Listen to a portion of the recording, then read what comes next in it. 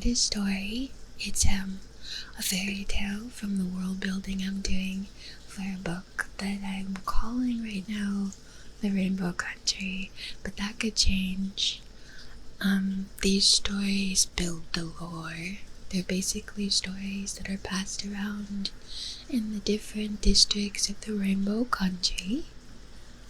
I also just wanted to say, I just wanted to say thank you so much for all your support. Thank you for hanging around while I write. This is gonna be a twist on The Boy Who Cried Wolf. Yeah. I love fairy tales. That's a very common one, you've probably heard it. But this will have a different take and a different consequence in the world that I'm building. I hope you enjoy. And if you like content like this, I make it at least once a month. So sub up and leave me a comment. You know, all the things that help me to bloom. I really, really, really, really, really appreciate it. I'm starting to get my act together and turn this into a successful thing. Yeah. Oh, also, you might hear the laundry going. I don't know how sensitive the mic is, but apologies if it bothers you, and you're welcome if it's cozy, and ignore this if you don't hear it at all. Thank you, thank you, thank you, thank you, thank you, you're so sweet. Thank you, you're so patient, thank you. Here comes the typing.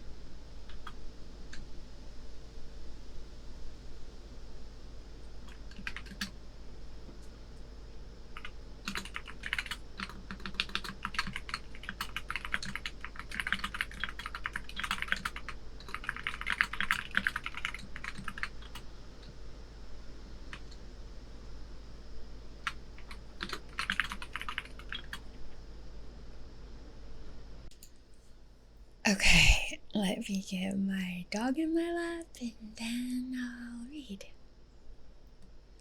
Come here, come here, come here.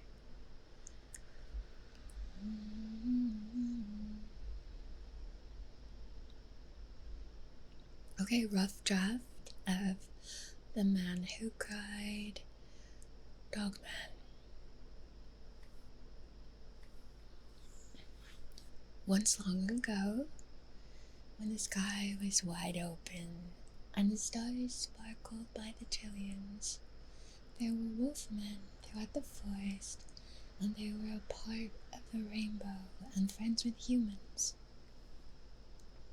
At that time, there was a very strange man who was upset with the life he lived and itching for a purpose.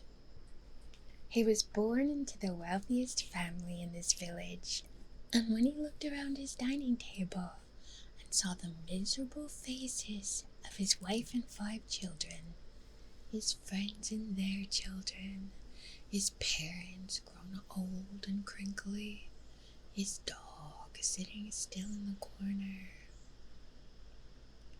His dog was panting, and it looked like it was smiling. And why was he smiling when everyone else was so miserable? Stupid beast. No idea how the world works. The dog, he couldn't be bothered to remember all the names of his hounds. So many dogs to guard his treasures, all panting and slobbering, looking thrilled as it sat far from the table, and everyone else eating and clinkety clattering their golden forks and knives against the silver plates, not noticing the dog at all. It was his table that should gleam brightest, but the dog's eyes, they sparkled with delight, and it was distracting. What did he have to be joyful about? What was he planning? My dog is like, this is so rude. What did he have to be joyful about? Was he planning something with the dogmen of the forest that surrounded the village? Oh, those dogmen. No one knew exactly how many of them there were, but he knew. He knew there was far more there than there appeared to be. Any time he went riding out into the woods to hunt, any time he went anywhere out there at all, his hounds fanned out before him, and his friends trotted beside him, and the servants beepity blared the horns, and he'd always see at least one dogman. And you know what they say about dogmen. If you see one, there's like 3 or 4 in the woods. Yeah. Ugh. That must be how the hounds, when they were supposed to be on the hunt sniffing out his dinner, they were plotting with the dogmen, plotting to someday take his treasure, ruin his family, burn his thatched home to the ground. It's those damn dogmen, he grunted, thinking out loud. Pardon. His wife paused in the pushing of food around her plate, sighing out her usual microdose of misery. Get that hound out of here. He pointed to the smiling dog and waited while a servant hustled it from the room. The dogmen are plotting something. I've been seeing signs my entire life. I just didn't realize it until now. He stabbed at the last juicy carrot on his plate and brought it up to his mouth. It was his house now. He could chew with his mouth full if he wanted. Wait a second. It was his house now. He could talk with his mouth full if he wanted. He looked defiantly at his elderly mother, daring her to say something. She took the dare, but not in the way he expected. Dogmen are hardly any trouble, dear. They were keeping to themselves in the woods. Whatever would they be plotting? He puffed up with frustration. Everyone around him was so stupid. Whatever would they be plotting? He said around a mouthful of carrot. They'd like to take this house first of all the hounds and the servants. You know what they'd do with the rest of us. It happened before. What happened before? His eldest son asked, a curious gleam in his eyes. He liked stories of horrible things. The Dogmen attacked before. That's how this village formed. They used to attack all the time. They wish they had what we have, but they don't and never will, not unless they take it. There's too much beast in them. His mother glanced at his goblet. It was empty. Was all she said, but it was enough. He stood up and slammed down his fork and knife. I am not drunk, he glared at her, red-faced and sputtering, and then stomped off to his room. His wife followed shortly after to check if he was all right. He was not all right. He had to do something. Rally the village, he told her, his face mysteriously red and eyes puffy. She went to the servants and relayed his orders. The village was gathered. He stood on a wooden platform high above them all and breathed deep. His village. He wasn't officially the ruler of it, but he liked to think of himself as their king. They were lowly folk, dressed plainly, hair in boring fashions, dirty hands from farming their measly vegetables. Come to think of it, having to get plump vegetables delivered from far-off towns was cutting into his fortune. Likely another plot of the Dogman. The Dogmen have cursed the soil of this village. I see you toil and suffer.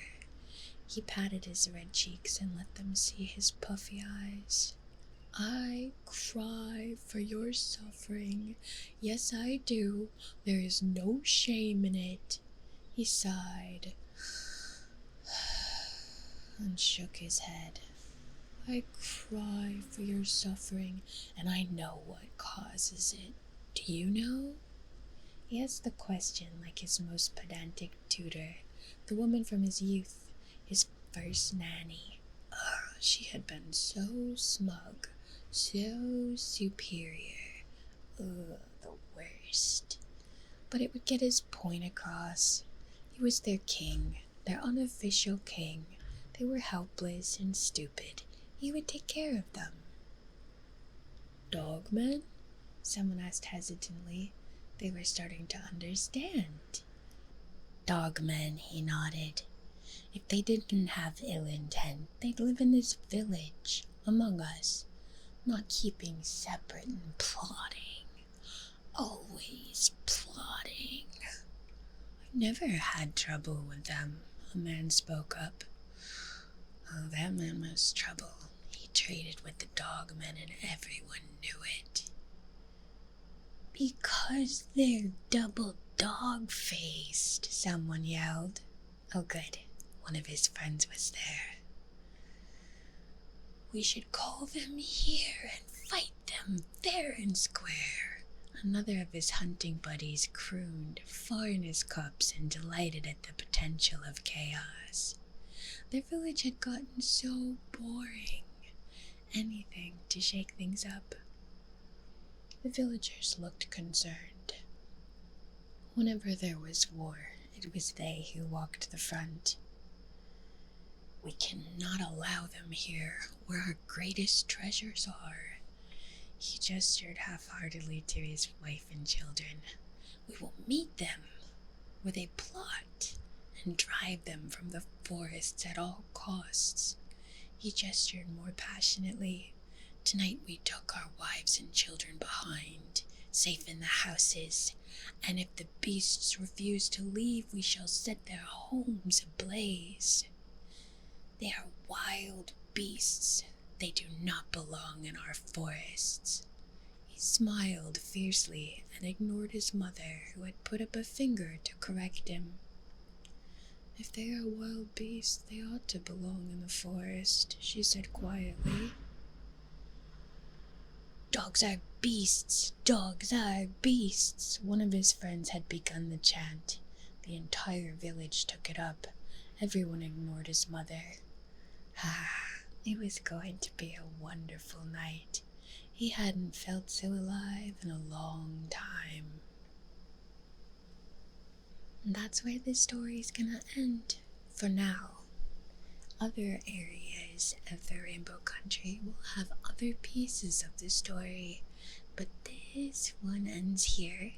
Thank you so much for hanging out with me while I wrote it and read it. I hope you have a really good rest of your day.